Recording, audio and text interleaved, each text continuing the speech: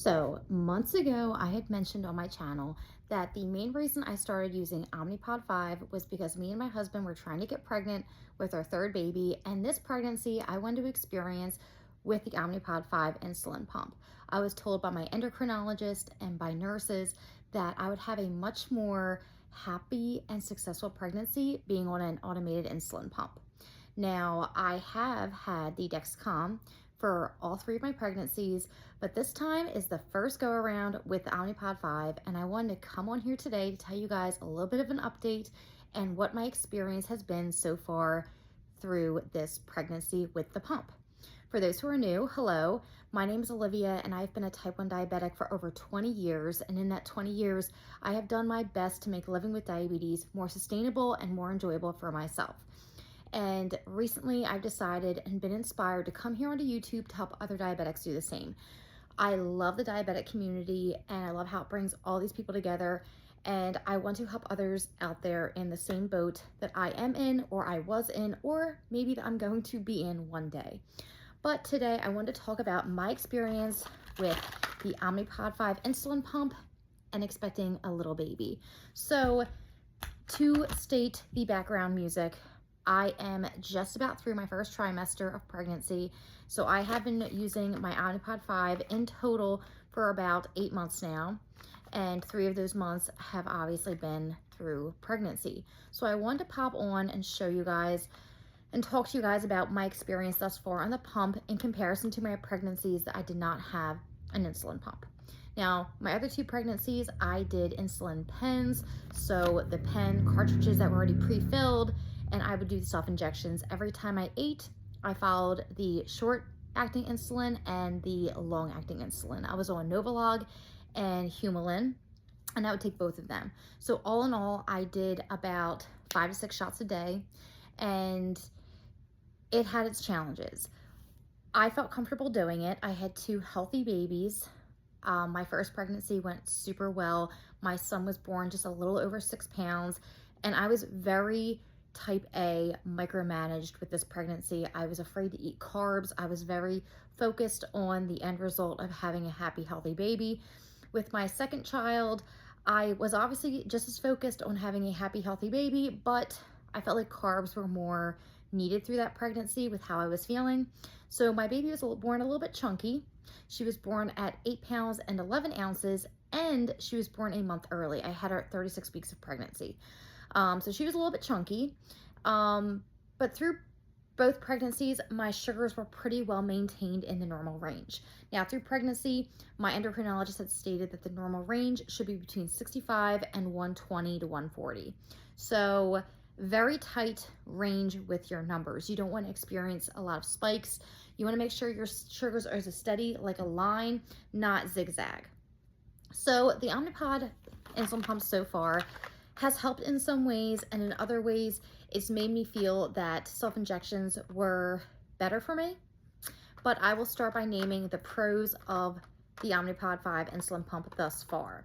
So through pregnancy, you have a ton of hormones that are rushing through your body that can make the absorption of sugar and can make the way you exert energy out different. And it just throws you for a loop, because how I traditionally am with my diabetes prior to pregnancy is not how it is with pregnancy. And from week to week to week, it changes. So I'm very fortunate to start off with my endocrinologist. She checks in every single Friday to my Dexcom readings and my pump information, and she tweaks and makes changes and messages me those changes so I can go into my pod and make the changes to better suit my needs at that moment in my pregnancy. So far, being said, that has been very good. In the past 30 days, my sugar has been 66% in range, and that in range on my Dexcom Clarity app is between 65 and 120. So when you think about the fact that my sugar is 66% of the time between 65 and 120, being a type 1 diabetic of 20 years, that's pretty darn good, because we all know when you eat, your sugar is going to go above 120. And low blood sugars are bound to happen, especially in the heat of summer, which we're in right now. So being said, I think that 66% of the time is pretty good. However, doctors recommend your sugar is at least 70% in the range at all times. So I guess I need to do a little bit better. But with the Omnipod 5 insulin pump, my low blood sugar spells have pretty much been erased for the most part, which is one of the biggest pros, because I distinctly remember through both pregnancies, my husband would actually have to call EMTs out to help me get out of severe low blood sugar spells because of my sugar dropping so low. So the Omnipod 5 does a fantastic job at preventing my sugars from getting low.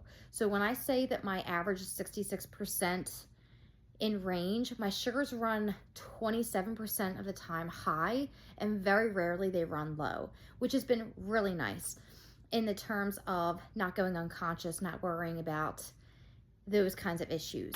Because through both my pregnancies, my husband really did have to cater to my needs a lot, especially through the middle of the night with my sugar dropping low.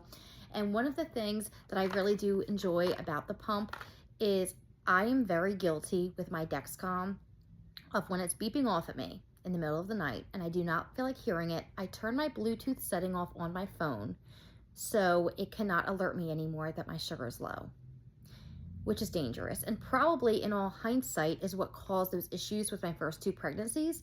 But with the Omnipod 5, I can't turn anything off. So even if I turn my Bluetooth settings off for my phone, it will still alert Omnipod my sugar's low, and this will still beep off, letting me know my sugar's low and it's not giving me insulin. So at 1 in the morning when I'm tired, even if my Bluetooth is off, this thing will still wake me up and alert me to take care of it, which has been huge, huge, huge. And that obviously is my own problem that I'm doing that. You definitely should not be turning your settings off, but you guys all know how it is in the middle of the night when you just want to sleep. You just want to sleep. So back to this, the Omnipod 5 has been great in eliminating my low blood sugar spells. With the highs, that's been a little bit more challenging. Because I was a type 1 diabetic for so long prior to getting this, I was fantastic at eyeballing my blood sugars and eyeballing carbs, and that's kind of how I gauged my life. I didn't carb count for the most part. I would look at a meal, guesstimate how many carbs were in it, and I would do the injections. With this, when you are giving yourself insulin, it specifically asks you the number of carbs you're eating. So instead of being used to how many units to take, now I have to be used to how many carbs I'm eating, which has been a huge adjustment. And I need to do better at carb counting because of that. Because with the Omnipod 5, whether you're pregnant or not pregnant, it all boils down to the number of carbs you're eating. Whereas if you guys are anything like me as a diabetic, I was really good at eyeballing and guesstimating, and just, I would look at a meal and say, okay, that looks like 4 units of insulin. I wouldn't look at it and say, oh, that's about 35 units of insulin, 35 units of carbs. I wouldn't do that. So that itself has been a big adjustment, and I've seen a lot of comments on my channel about the worry of carb counting, and it is the biggest adjustment that I have found from going from self-injections to the Omnipod. But once you get carb counting down, it's a lot easier to manage with the pump. So being said, through pregnancy so far, it can be a little bit challenging because your first trimester of pregnancy, you don't always feel great. You feel nauseous. I've thrown up dozens of times. It was always hard to guess what I was going to eat because you don't know what you're going to be able to keep down. So in that retrospect, Omnipod, the carb counting can be very difficult. So what I was recommended by my doctor is to give myself half the bolus in the beginning of the meal.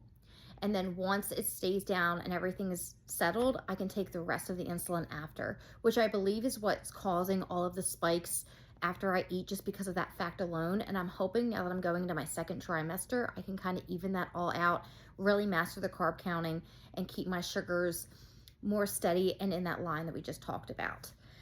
And that kind of reverts back to, with the carb counting, one of the biggest cons of the Omnipod with pregnancy that I think I preferred with self-injections was I'm still not a fan of carb counting. I still don't enjoy it. And it's one of the main components of making the Omnipod 5 insulin pump work. I felt like I did a really good job at eyeballing and mastering, knowing what I was eating. And now it's become a lot harder not being able to guesstimate, especially being that my doctor is constantly every week changing my insulin ratios. About once a week, she'll change my ratio from 1 unit for 9 carbs, 1 unit to 7 carbs. She'll change it back and forth. So it's impossible to get used to the unit amount. You have to get used to the carb counting amount. So, and that's whether you're pregnant or not pregnant. So if you guys are understanding what I'm saying. But so far through pregnancy, I would say that my pump is working well. I would say for 66% time in range. I've been wearing it on my leg, you can see, and there is my Dexcom, and it's been working out really well. I do want to share a little bit of an inspirational story for you guys that has nothing to do with pregnancy and has everything to do with the Omnipod 5. So me and my kids go to an indoor gym that has a pool, and we were in there swimming a few days ago, and I looked over and I saw a little girl, probably like 8-9 years old, with the Omnipod insulin pump, and I looked and I smiled because, when you're a diabetic and you're out there and you see someone else living with one of these, you like have a respect for them. You have an instant, feeling towards them. And I looked and I smiled, and then I looked in another way and I saw another little kid running around with one. And I'm looking around and I noticed like almost all the children were either wearing the Omnipod or the Dexcom. So I went over to the people in charge of this group and I said, this can't be a coincidence. Are they all diabetic? And they were having a diabetic camp, which I thought was just such a genius idea because I don't remember this ever being a thing when I was younger. But they said it's a week-long camp for diabetics where when they go to camp and they start, they turn all their devices in, so their controllers and all of their pump information, to nurses on staff. And then the nurses for the day control their pumps for them. So they just have to focus on being kids. They can swim, they can eat, and the nurses control all of that for them. So these kids that I believe were in the range between 5 and 14 could just focus on being kids, which made me so happy to hear because I think every kid, honestly, I would join a damn camp like that. I would. At 32 years old, I would join a camp focused on that. I just thought it was such a beautiful and great idea. And my diabetes is genetic in my family. So I'm anticipating one of my 3 kids will probably end up getting type 1 diabetes. And I will 1000% be sending them to that camp because I just have such a respect for it and appreciation, and also just the chance for these kids to play with other kids who are experiencing that. I think it's huge. And that, like I said, has nothing to do with pregnancy or anything of the sort. I just want to share that story because I just found it so inspiring. So I hope you guys found that inspiring too.